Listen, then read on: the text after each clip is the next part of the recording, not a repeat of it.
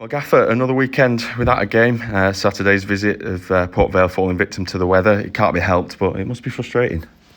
Yeah, very frustrating. Obviously last week against Cambridge, the game was off because of structural damage.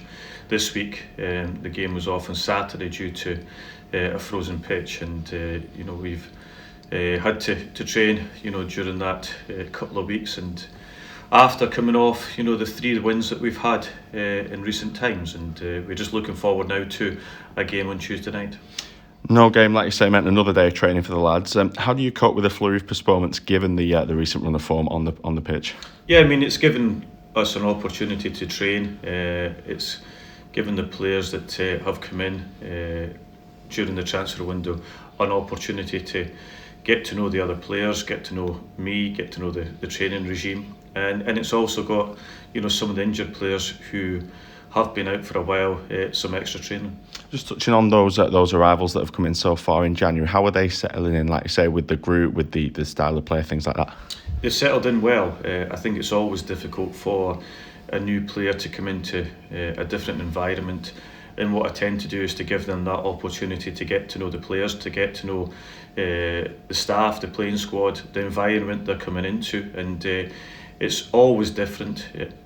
Every club you go to, things are different, where you train, where you change, where you eat, and I think that they've all come in, and I'm delighted how they're progressing. On the pitch, 3 wins from 3, unbeaten since Boxing Day. The Tottenham game was 17 days ago, which is a long time without a match in football, of course.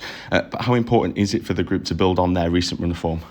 Yeah, it's really important. We go into a game against Ipswich, who have won one in the last 5 games. We've won 3 of the last 5 games, but we understand how difficult a game it can be because Ipswich haven't lost at home this season, and I think that is showing how good a team that they are in this division.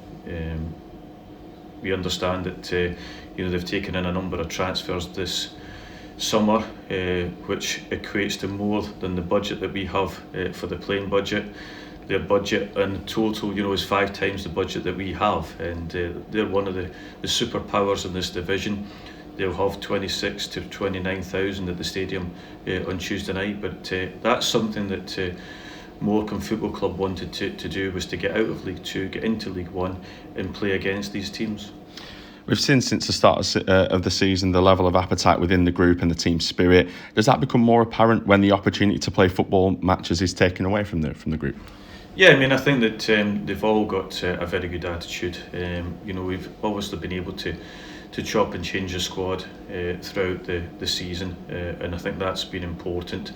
We've taken in players that fit our style of play, fit our environment, and they've certainly bought into what we're trying to do here. Like you say, Ipswich Town, our opponents on Tuesday. Despite defeat for them at the weekend, it's still going to be a bit of a tricky task, isn't it? Yeah, really difficult. We understand that. We drew against them here earlier on this season. They've strengthened the squad in this transfer window already, and spent a bit of money in that.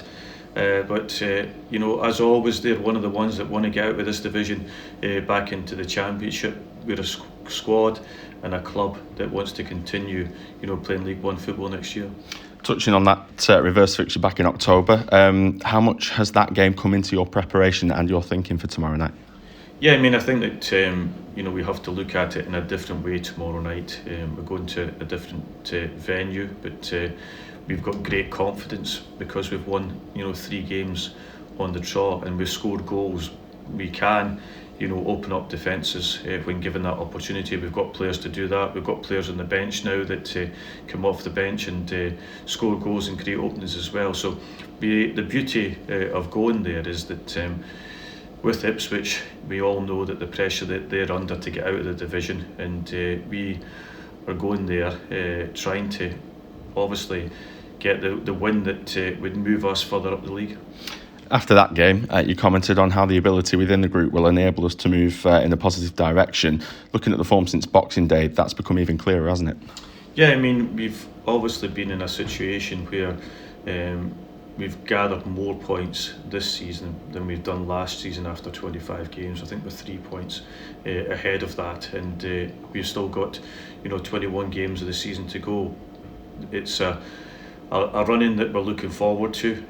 We've been able to strengthen the squad in the January transfer window. There's still a possibility to do that, and there might be players going out the opposite way, but it's an interesting finish to the season it will be, and one of the venues that every Morecambe supporter would want to go to is to go to Ipswich. Do you look at these kind of games, the likes of Ipswich? Obviously we've got Derby away in a few weeks' time. Does it make the promotion at Wembley even more poignant when you are playing the likes of the teams that are used to Championship or even Premier League competitions? Does it make it even more poignant looking back now?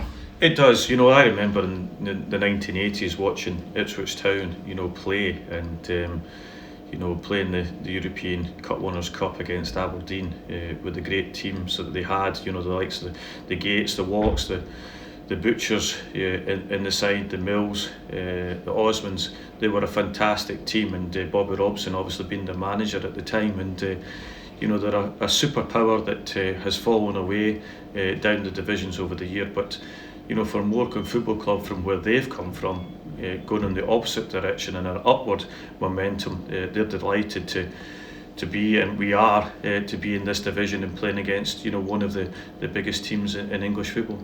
And finally, the last time of asking, Courtney Doofus, Jake Taylor and Max Melbourne were the only injury concerns within the squad. Is that still the case, and how are their recoveries going? Yeah, that is still the case, and Jake Taylor, Melbourne are the ones that are close to coming back. Courtney is one that is coming back to fitness. We've just got a further few checks to do with him, and then it's about getting him some game time.